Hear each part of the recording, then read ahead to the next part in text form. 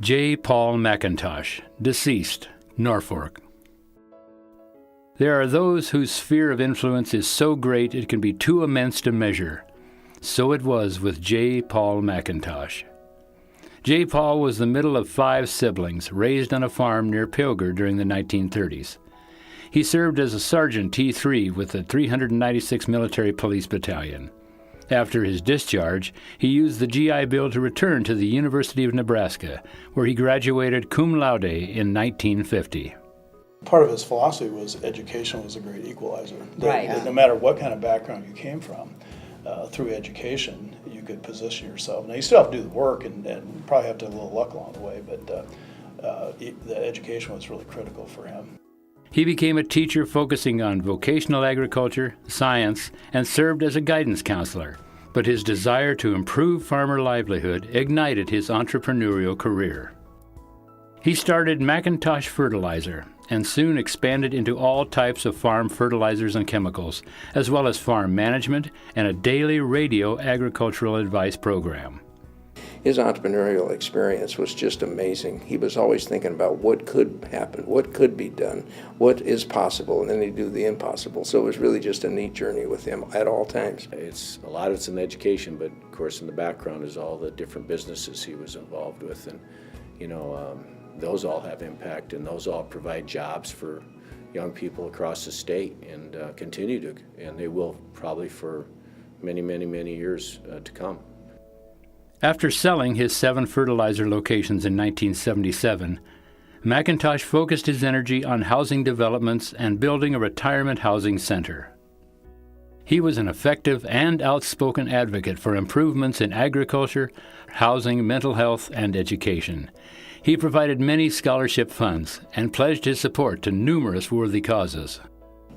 Being successful wasn't enough. Because you can't make friends with money. You make connections with people, and I think that was his motivating factor. He was always working, so he didn't have a lot of time. He didn't do a lot of personal socialization. So all his socialization came out as his business, and to make a difference. Money was okay, but giving it away was more fun. He felt he was given certain gifts, and as a follower of Christ, you have a responsibility to whom much is given, much is expected. He often noted that one of his best decisions in life was marrying his wife of over 71 years, Eleanor. And I was very proud of Paul, what he did, Yeah. and I stuck by him. And he was very proud of you. And you made a good team. Yep. Yeah, I think we did. Yeah. McIntosh was well known for his philanthropic efforts, not only to benefit the welfare of others, but to promote the betterment of the community and the region. J. Paul is deserving of this award because of his giving, to so many causes. I mean, he truly wanted this state and our communities to thrive and excel. He was generous with his donations, but he was also generous, probably even more importantly, he was generous with his time. J. Paul is one that Norfolk and Northeast Nebraska will always miss in the state of Nebraska, because there's just pillars in life that will always stay as pillars. J. Paul McIntosh lived according to John Wesley's creed: do all the good you can, by all the means you can, in all the ways you can, in all the places you can, at all the times you can, to all the people you can, as long as ever you can.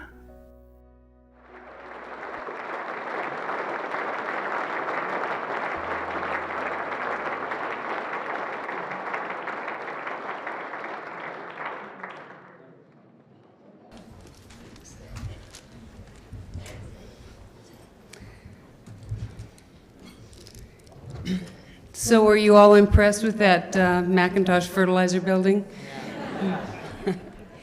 My father bought that when my mother was in the hospital giving birth to her second son, and then told her afterwards.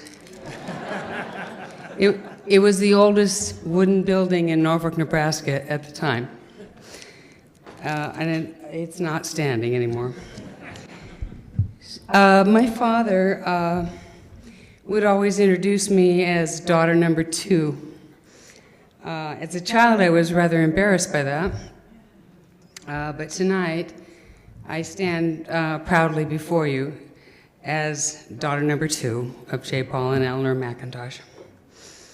Our family wants to thank the Nebraska State Chamber of Commerce for honoring J. Paul. And we congratulate all of the winners, or all of the inductees into the Nebraska Hall of Fame. Our mother, Eleanor, who is, as she has proudly proclaimed since she turned 94 in September, pushing 95, was unable to attend tonight, but she does send her warmest regards and her gratitude to you all. I have with me tonight my brother Jonathan, son number 1, and his beautiful wife Barbara, and son number 2, David, and his beautiful wife Carrie McIntosh. Most importantly, my husband, Glenn Einspar. Our youngest sibling, Heather, was unable to attend.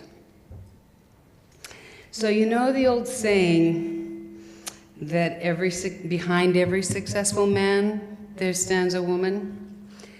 My dad would not have agreed with that.